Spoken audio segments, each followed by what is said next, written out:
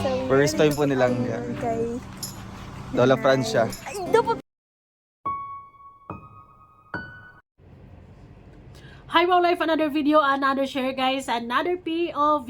So ngayon guys, magbibigay tayo ng point of view or silipin natin muli ang pabahay ni Dodong kay Nanay Francia. In fairness ng pabahay na to, talaga namang ang ganda-ganda, sulit na sulit. Anyways, I'm using Just a Lady in Red. It's red.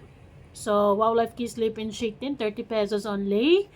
So, syempre, bago ang lahat, don't forget to support and subscribe Kuya Val Santos Matubang, Ate Edna Vlog, Kalingap, Rabruel of Malalag, Rachel Morales Vlog, at sa lahat ng Team Kalingap. Guys, maraming salamat sa support at pagmamahal nyo sa aming mga KRORD. So, ngayon guys, POV, 5 years from now, sana sama-sama pa rin tayo at nakasubaybay, nakaabang sa kung anong magiging hitsura ng pabahay ng ating langga. Anyways, yung dream house nila, o diba? Gaano kaya sila kasaya? Or syempre, masayang-masaya dahil syempre naman, sino bang hindi sasaya, diba? Na dadalaw-dalawin mo yung pinatayo yung bahay, dream house yung dalawa para sa pamilya, o diba? Anyways, sa ngayon is silang dalawa ay binisita nila yung pabahay ni Dodong para kay Nanay Francia. O, diba? Very supportive sila para sa isa't isa, para sa layunin ng isang nag-isang Ruel of Malalag, ang pagbibigay tulong sa mga nangangailangan. So, this time ay kay Nanay Francia na pabahay. So, let's go! Inhale, exhale, at kailangan kong gawin ulit ito kasi imbes na i-edit ko na lang sana, ang nangyari kasi guys, na-delete ko nang hindi ko sinasadya at wala ng pag-asa, kundi gagawin ko na lang ulit. Kaya magkaiba yung damit ko sa intro ko kaysa ngayon, 'di ba? Anyways, okay lang 'yan, ganoon talaga ang buhay. Minsan may mga ganyan.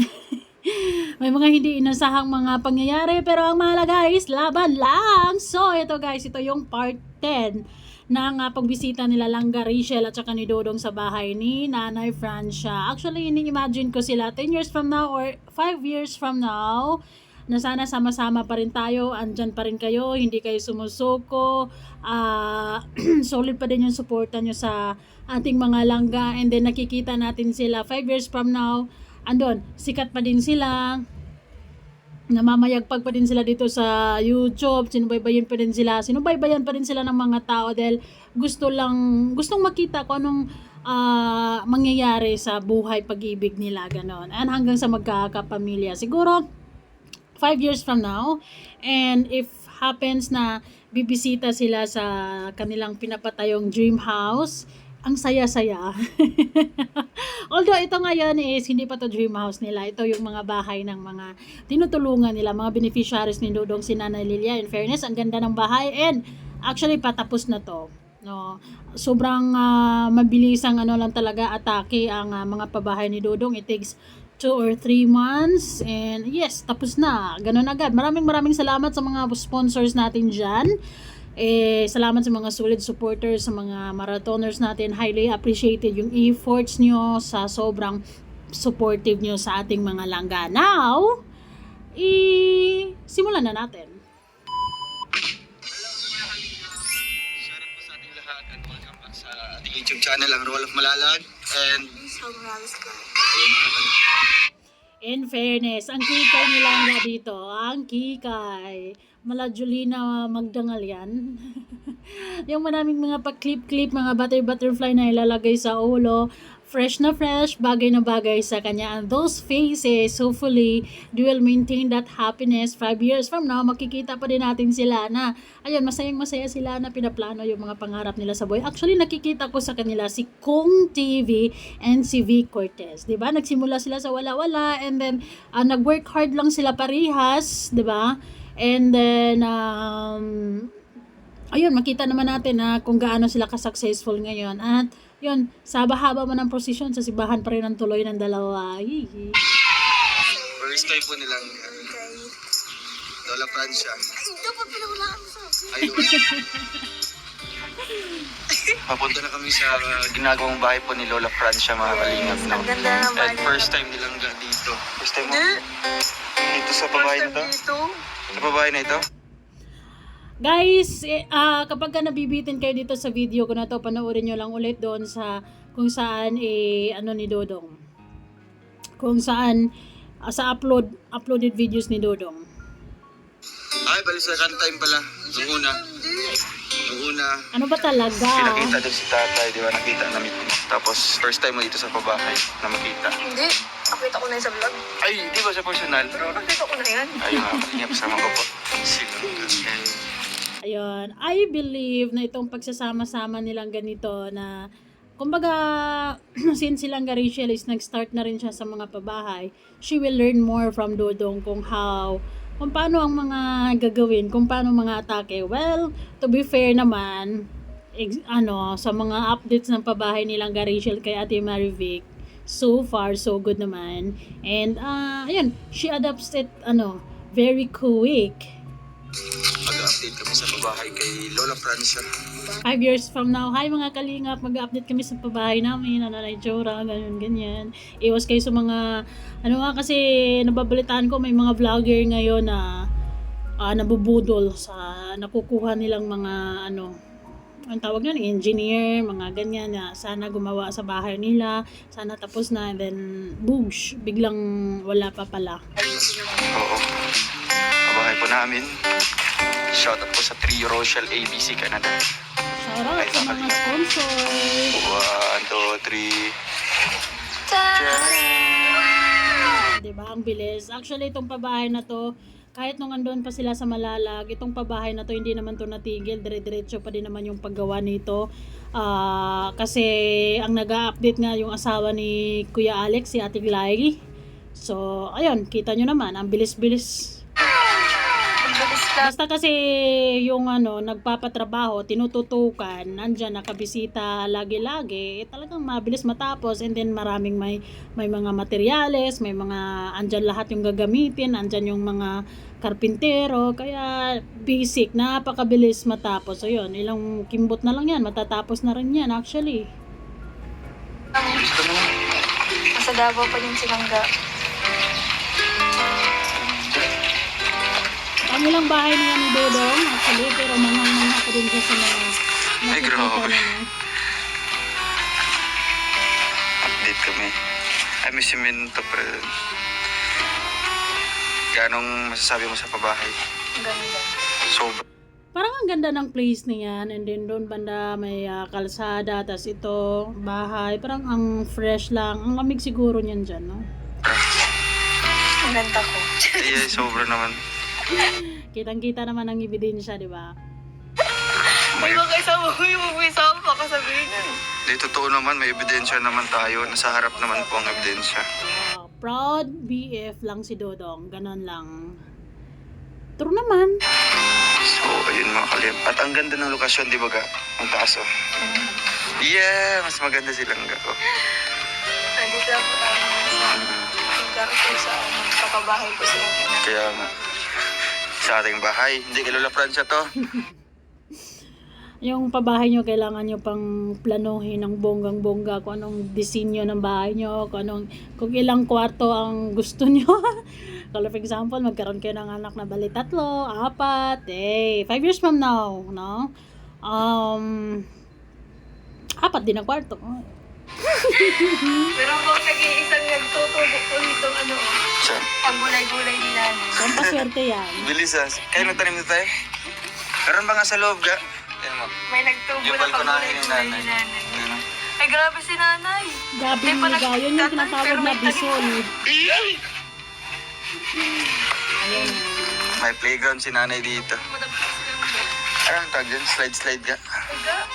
Ayun, very komportable na yung bahay ni Nanay Francia. Sa mga susunod na buwan, talagang makakatulog siya ng very, very good. And in fairness naman sa mga trabahante ni Dodong, no, very quick. Grabe, napakasulit. Isa, 2, 3. Hindi din tama.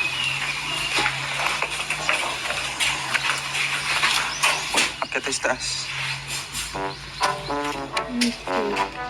Anto ka tayo.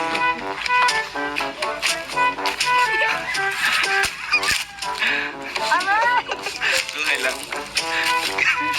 Ito yung pinagmamalaki talaga ni Dodong na mahina man o lumakas yung views niya. Ito yung isang bagay na tuloy-tuloy pa din at never naman mahinto kasi tuloy-tuloy ang tulong, tuloy-tuloy ang charity, tuloy-tuloy ang mga pabahay niya. Kaya maraming salamat talaga sa mga sumusuporta at nagtitiwala sa kanya na kaya niya ang mga ginagawa niya. Ganon. Yan naman talaga dapat gawin natin. Magtiwala. Ganda sa taas. Ay, mga kalingap. Ito po yung lugar ko sa taas. Ang bahay. Ang daming niyog dyan. Niyugan dyan. May mga tanim-tanim po. Kapit sa inyo. Stigo, babahay na ating mga kalingap. Shoutout po sa ating sponsors.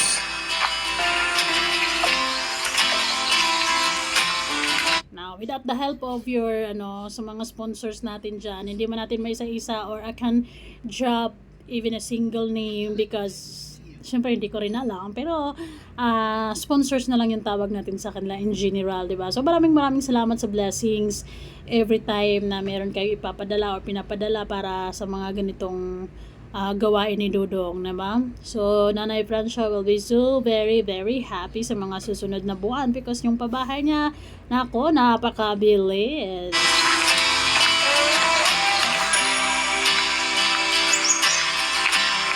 Siguro at this point is na to, yari na to. And actually, meron ng pabahay ang dalawa, di ba? Ulit. Napaka-tibay pa diba?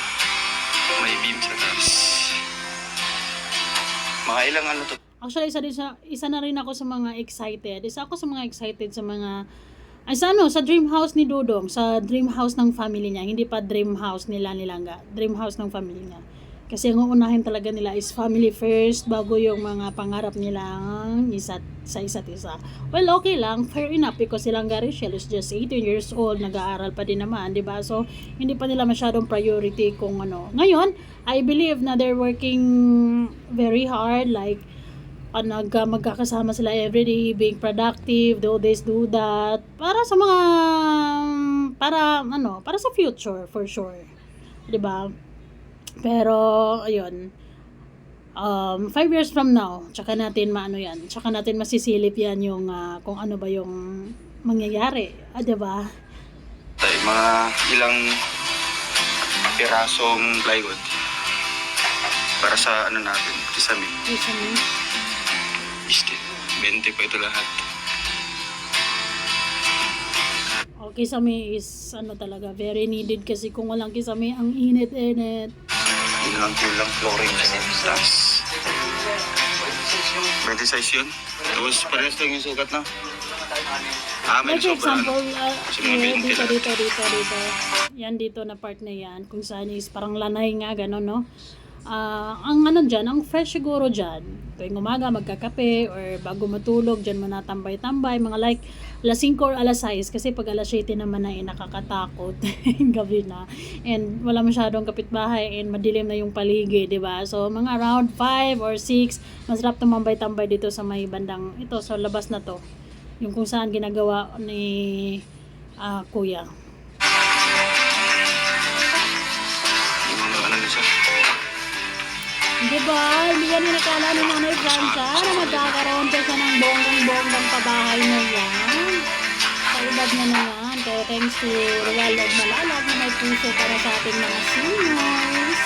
Para sa mga ating lula dyan na walang-wala na akala na dyan na lang. Pero wow, may highlight, may twist pa din sa buhay nila because merong tao na mapagmahal sa mga matatanda na nakuha natin. binavalue sila.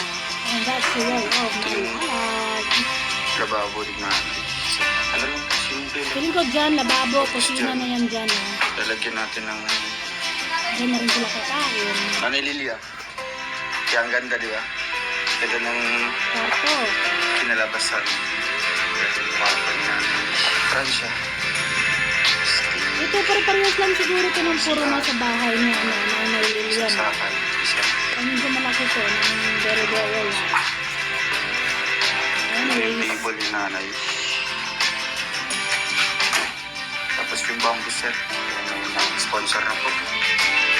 Shoutout po sa Rochelle Team Buyo. Sila po yung mag-sponsor. so, ayun na nga guys. Maraming salamat sa panonood. Abangan na lang natin 5 years from now kung ano ang magiging itsura ng dream house ng ating mga langga. Sa ngayon, talagang sobrang busy pa talaga sila para sa mga beneficiaries nila, para sa mga tinutulungan nila. And at the same time, they're working hard for their mga dreams, 'di ba? 5 years from now, doon natin makikita kung ano magiging plano nila, kung ano mangyayari sa love story nila, ganon, ganyan. Doon natin mas klaro ang lahat. Klaro ang lahat na mga pangarap nila. Kasi for sure, 5 years from now, tapos na yung pabahay ni Dodong sa pamilya niya, di ba? For sure naman yan. And syempre, silang Rachel naman, I believe na tamang-tama, okay na yung pabahay nila. Dalawa na nga actually yan. And very comfortable na rin siya sa bahay nila ngayon. So hindi na niya 'yon iisipin pa. Ang isipin niya is talagang makaipon para sa mga kapatid na nag-aaral, para sa mga daily needs, so on and so forth, and magtulungan na lang sila. Magtulungan na lang sila ni Dodong kung ano mang buhay na gusto nila, na pagdating ng time na magkasama sila, kung anong buhay na gusto nilang buhay para sa mga anak nila, para sa magiging pamilya nila. Okay. So, congratulations agad-agad kay Nanay Francia dahil yung pabahay mo ang bonggang-bongga, ang ganda. Maraming salamat sa Kalingap. Maraming salamat sa mga sponsors, kay Dodong, sa mga solid viewers. Ayun, thank you so much guys. Bye-bye!